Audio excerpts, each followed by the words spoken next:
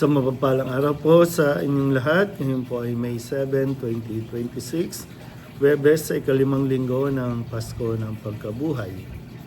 Ang ating pong unang pagbasa at pagninilay ay hinango mula sa mga gawa ng mga apostol, chapter 15 verses 7 to 21. Noong mga araw na iyon, pagkatapos ng mahabang pagtatalo, tumindig si Pedro at sinabi sa mga apostol at sa matatanda, "Mga kapatid, nalalaman ninyo na noong nakaraang mga araw, inirang ako ng Diyos upang ipangaral sa mga hintil ang mabuting balita.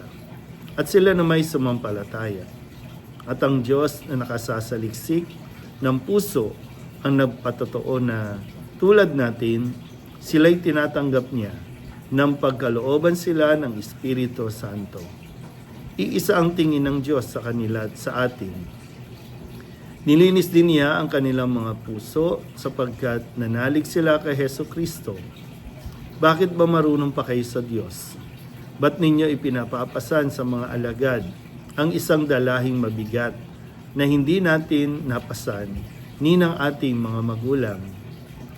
Sumampalataya tayo at naligtas sa pamamagitan ng kagandahang loob ng Panginoong Hesus. Gayon din naman sila. Tumahimik ang buong kapulungan. Nakinig sila kina Bernabe at Pablo habang isinasalaysay nila ang kababalaghang ginawa ng Diyos sa mga hintil sa pamamagitan nila. Pagkatapos si Santiago naman ang nagsalita. Mga kapatid, pakinggan ninyo ako.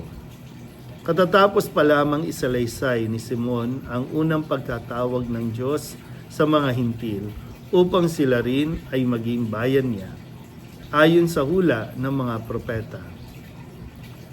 Pagkatapos nito ay babalik ako at muli kong itatayo ang bumagsak na tahanan ni David. Muli kong ibabangon mula sa kanyang pagkaguho upang ang Panginooy hanapin ang ibang tao ng lahat ng bansang tinawag ko upang maging akin. Gayon ang sabi ng Panginoon na nagpahayag ng mga bagay na ito mula pa noong una.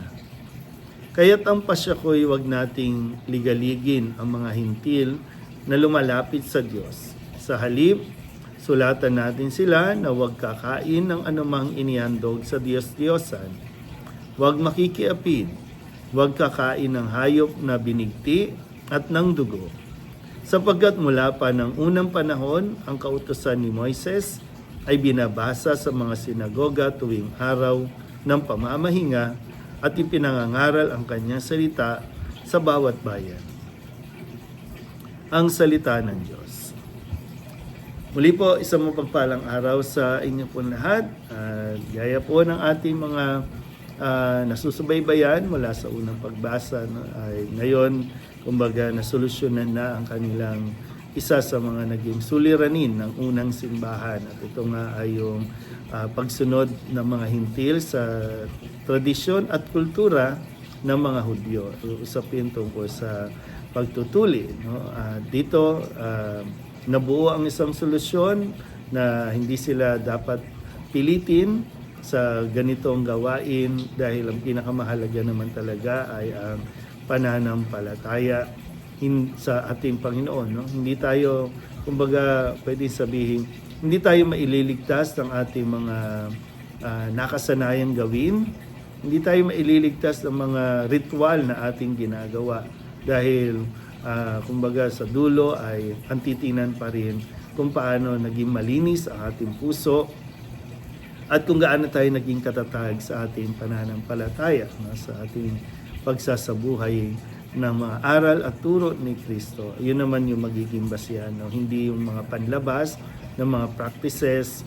Bagamat malaking bagay yon, malaking tulong yon, pero hindi doon nakasalalay ang ating kaligtasan. So, sa bawat panahon, may mga lumalabas na mga issue na dapat natin tugunan, may mga issue na tinatandaan natin gawin, na kung hahayaan natin ang banal na spirito, no, kumbaga baka, no, dinadala tayo sa isang mas malawak na pag-unawa, no, na minsan sinasabi, noon, no, nakasanayan natin na kapag hindi kasal, hindi dapat nagsisimba. Pero sa paglipas ng panahon, di ba, sabi nga, sino ba ang nangangailangan ng doktor? Di ba? Yun yung mga dapat na patuloy natin hinihikayat. Pero yun nga lang, no? Dati talagang hinuhusgahan natin na kapag ang magulang mo hindi kasal, hindi ka rin mabibinyagan, hindi ka rin matatanggap sa seminaryo, na para bang hindi mo naman kasalanan, no? Yung ganong sitwasyon. Pero yun ay naging hadlang noon kung bakit marami ang hindi natuloy sa seminaryo dahil nga sa ganong sitwasyon. Pero sana po, no, mas maging malawak tayo sa pag-unawa ng bawat sitwasyon nang hindi tayo lumilihis sa aral at turo ng ating Panginoong Jesucristo. Muli, wala sa mga ritual ang ating kaligtasan, kundi nasa ating pananampalataya sa ating Panginoong Jesucristo. Muli po, isang mapagpalang araw sa inyong lahat.